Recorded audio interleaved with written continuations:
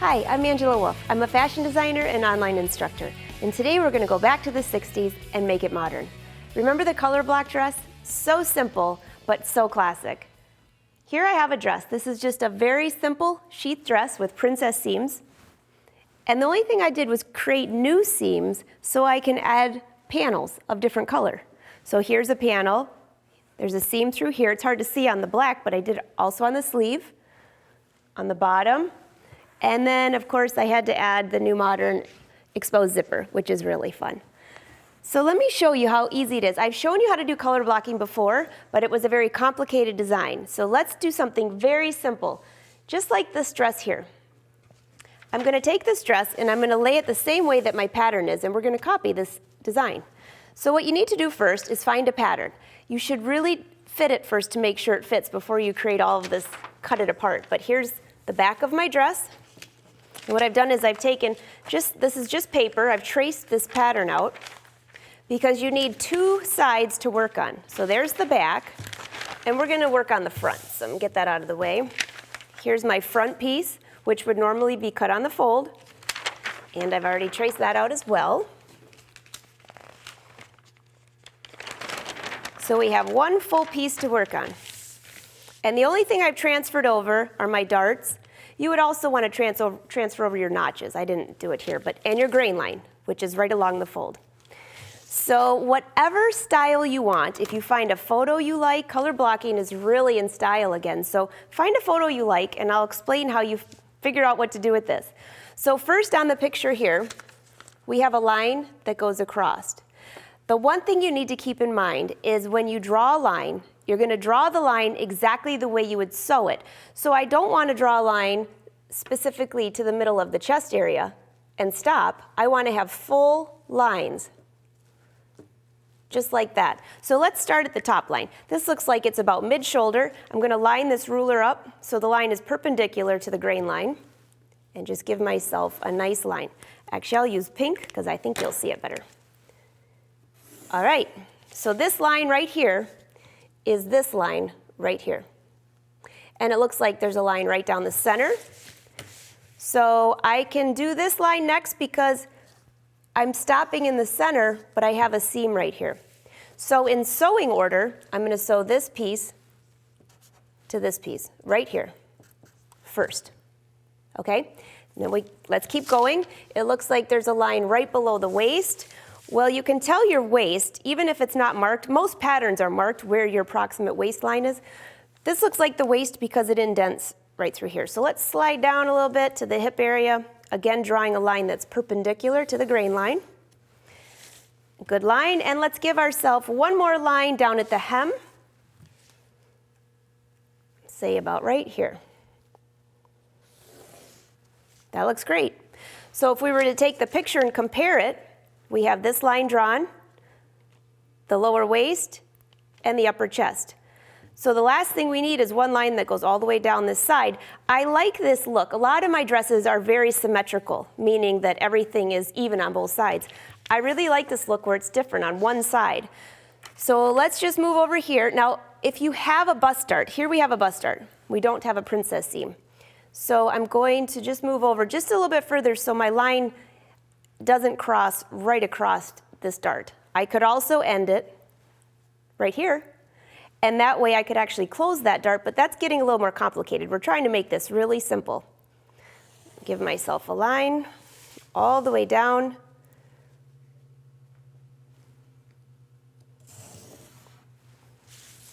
Okay, this line right here is this line.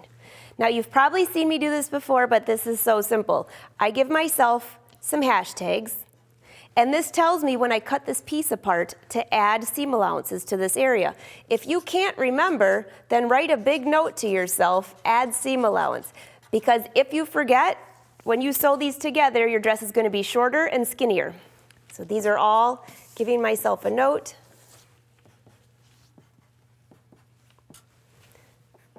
Okay. Now notice this dart right here. I could technically move that line over a little bit. I'm not going to right now, but if I was paying a little more attention, I probably would have had that line just like that, all the way down. Because then I can just make the seam, curve the seam a little bit and get rid of that dart, instead of having a dart right next to your seam. Okay? Does that make sense? So pay attention to where your darts are. I'll pay better attention the next time. So here we have 1, and it looks like this is color number 1, and 2 is color number 2. So you can write white. Some people like to use colored pencils to color in the area to see what it looks like. So you're going to mark the number 1, 2, 3, 4, 5, 6, and 7. Those are all of your pattern pieces. Either take a photo of this or draw this out so you know when all this is cut apart which piece goes where. It's pretty simple with the larger design, but it can still get confusing. Okay, decide what order you're going to sew this in. Now with that dress you see the black. You could add a black panel, but I'm going to show you a really easy way just to add ribbon through this area to make it look like you added a panel. So once we cut this apart, these two will sew together, these two will sew together, these two, and then sew each one across. Okay? So let me show you one that I've already started to put together.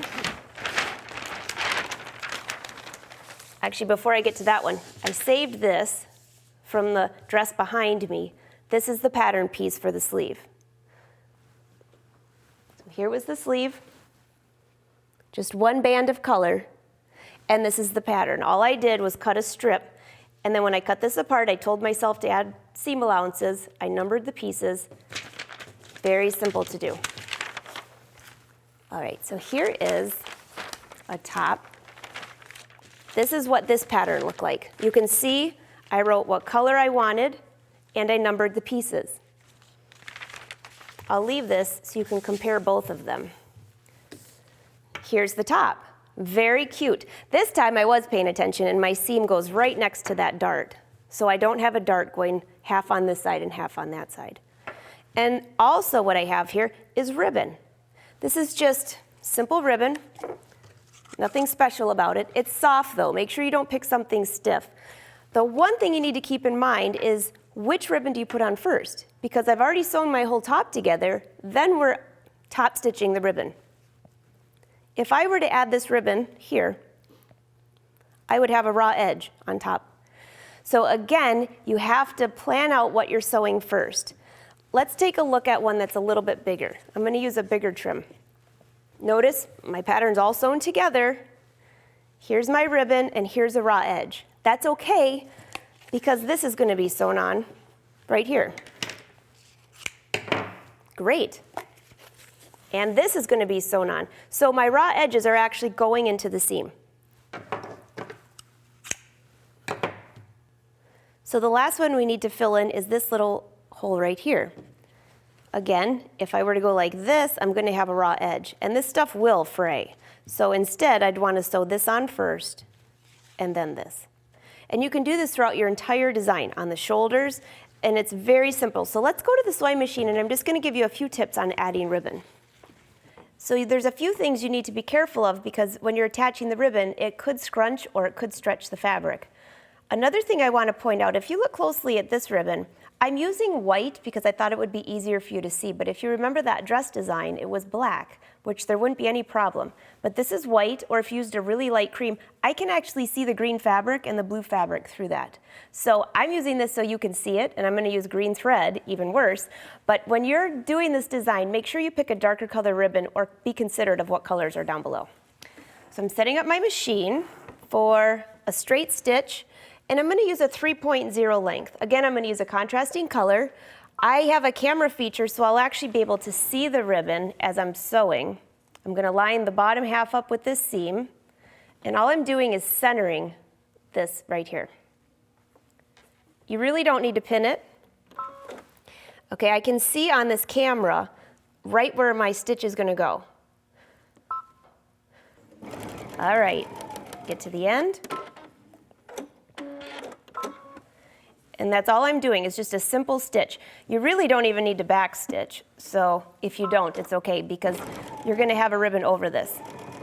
But I have mine set up to just automatically do that. Okay, again. All right, that was a little bit messy. I would be a little more particular than that. But here's our second strip. And now this is when I really want to show you. I'm going to turn this off because it's a little distracting. I want to show you what I do because the fabric stretches this way. So I'm going to just lean forward. Don't stretch your fabric. Hold your ribbon right on here. So I'm actually holding the ribbon to the fabric and stitch. Now what I'm doing is I'm holding the ribbon to the fabric so the fabric's not stretching and the ribbon's not stretching, feeding in more fabric. Either way is not good. So what I'm trying to do is lay this flat. I'm just holding the ribbon, lining it up in the center, and stitching. Again, you really don't need pins for this. If you use pins, that sometimes causes wrinkles because it's going to squish up your ribbon. And I'm going to stitch across here, and let's see what we have. Now, from this point forward, I'm going to do a bad example for you. I'm just going to stretch this just a little bit so you'll see the bad example. This would be if I'm holding the ribbon, and I'm just going to let all that fabric feed under, which is a no-no in case you grab some coffee and missed that last statement. So I have a good example and a bad example on here. Even if you have a t-shirt or something you want to restyle, this is perfect to do. You could cut up the t-shirt, add ribbon, or just add ribbon to it and make it look like it's color blocked.